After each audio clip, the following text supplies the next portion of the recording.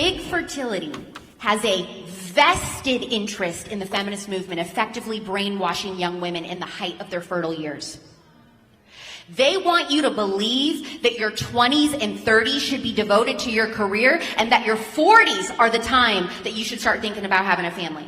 The fertility industry is going to gamble on your potential misfortune for their profit. Plan accordingly.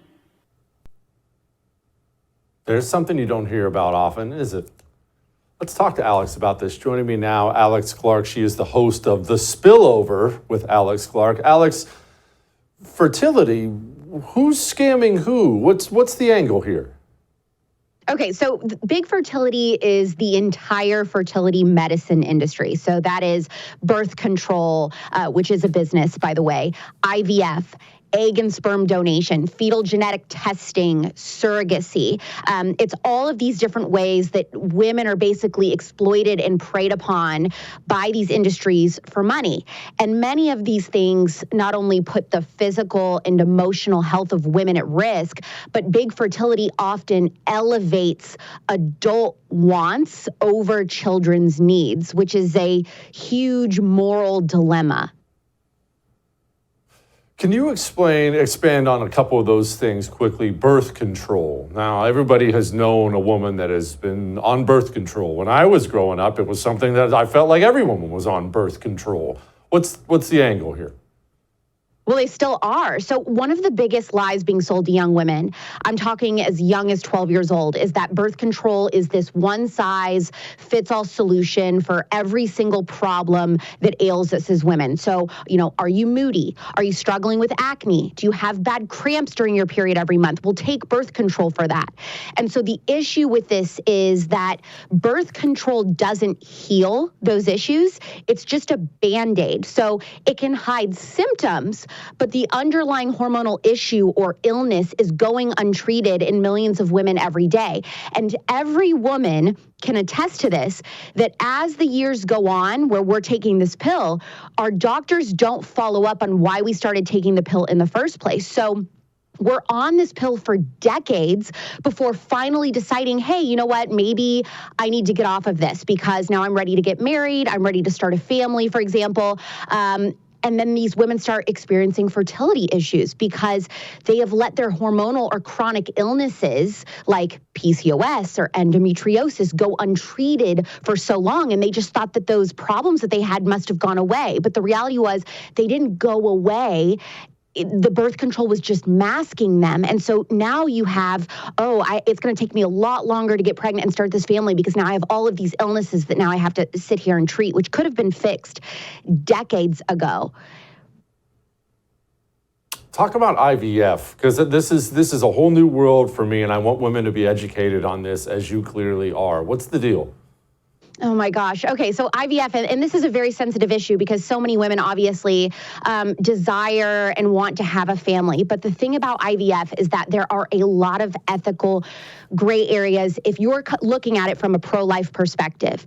So you have people that are doing they're choosing certain embryos to implant based on the gender or how likely they are to have not have some sort of defect. If you truly believe that life begins at conception, then as a conservative pro-lifer, you should see an ethical issue with that. You also have people that will do IVF and then they end up with 20 embryos. Well, if you're not looking to become a Duggar, for example, and you don't want to have 20 kids, then you're going to destroy a lot of those potential lives to only have 2 or 3 kids, for example. And so from a pro-life perspective, we have to ask ourselves, is this moral and just and right if we see those as human beings? And so now you have a lot of pro-lifers and a lot of conservative Christian women especially asking these questions. Can I truly support IVF as a whole, knowing that there are a lot of these ethical holes that go on within the industry? What are some other lies women are being sold? I know you've covered a bunch of them. What are they? Okay, geez. Well, one thing is surrogacy. You're exploiting a lot of women, asking them to have babies for others. They're bonding with those children and then they're being ripped away from them, of course, after a couple months. That isn't totally right. There was just a case recently, I believe a gay couple had hired a surrogate woman, and they found out that this woman had cancer. And so they were like, hey, well, we need you to abort our baby. She didn't feel right doing that, but she essentially had no rights and was forced to abort that child. A lot of these women, they're being used and they don't have many rights. And then they discover that when it's too late, which is very unfortunate.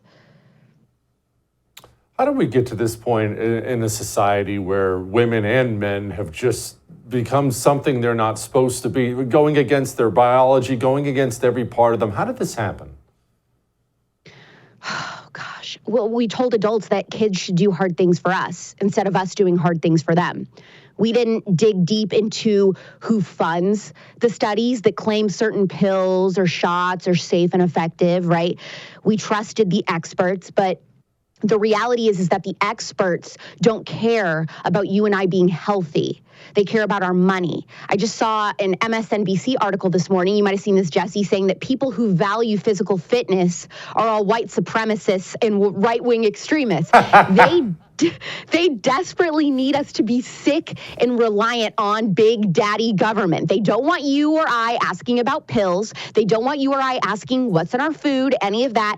And so what you're seeing now is the health and wellness stuff. It's becoming very popular amongst conservatives because you and I see the value and the importance in not relying on anyone else, especially the government, for anything that includes our health. Media Matters wrote a nice little hit piece on you. Quote, career women in right-wing media tell young girls to give up their dreams at Young Women's Leadership Summit. Did you catch that one?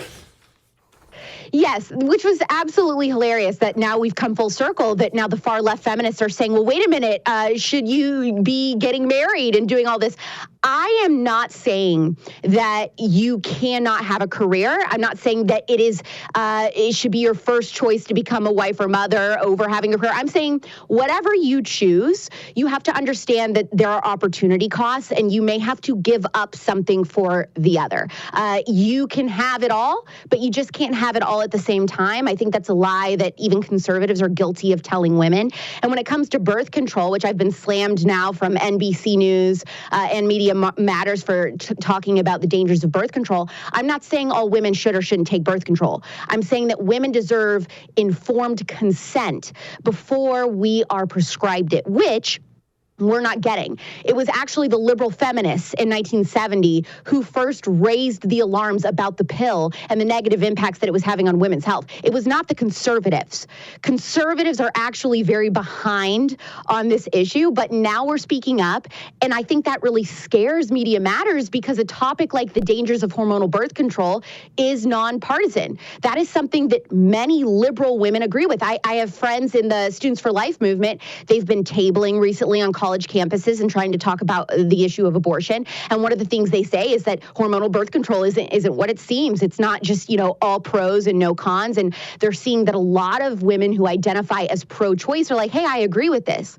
And so Media Matters and NBC News and all these mainstream media liberal outlets, they're very scared that if pro-choice women, if liberal identifying women find common ground on a topic like Big Fertility with me, that I'll eventually bring them around on other issues I believe in too. And to that I say, correct. You should be scared of that. I hope that happens.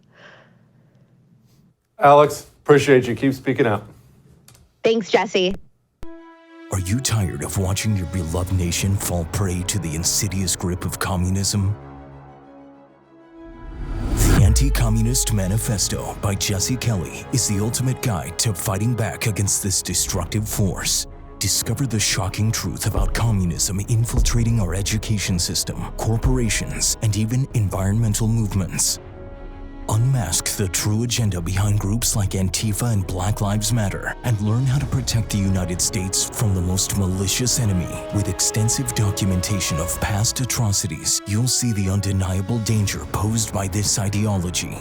Arm yourself with knowledge and join the fight to preserve the American way of life. The Anti-Communist Manifesto, a new must-read book from Jesse Kelly. Get your copy today at jessekellybook.com or wherever books are sold.